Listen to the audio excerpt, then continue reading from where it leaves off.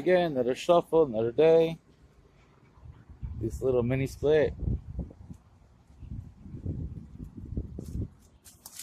Contactor was stuck in, so I actually killed the power. Was able to pull the spring back, disconnect the 24 volt switch,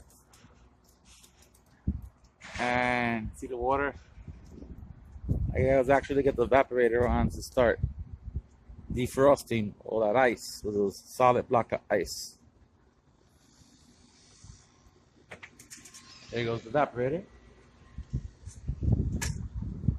Ooh, and I have rain on top of me. So I think I'm gonna change this one out.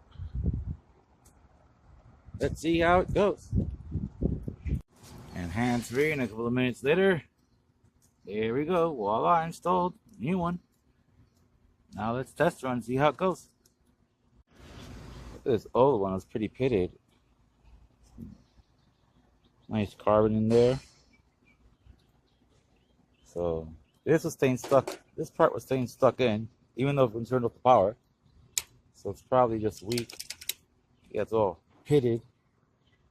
Can't see it really good, but it's messed up. So here's the new one. I'm waiting it to turn on now. We redid the bottom ones. We put clips on them. Top ones. Capacitors. Waiting for it to kick on. We cleaned out. You saw me with the brush. We cleaned out the bottom.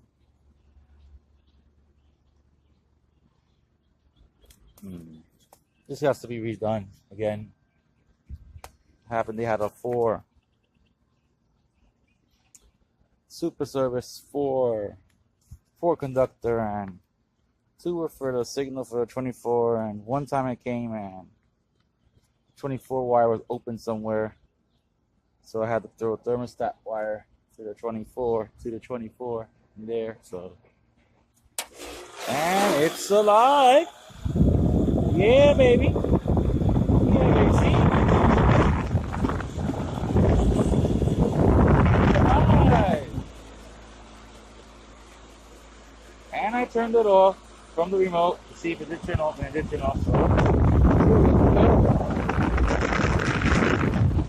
a little tidying up.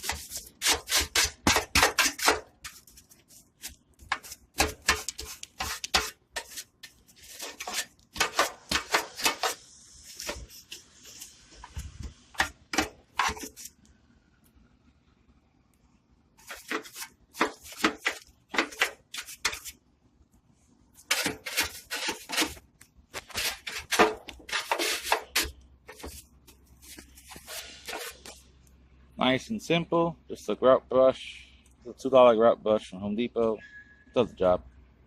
Now, nice and clean.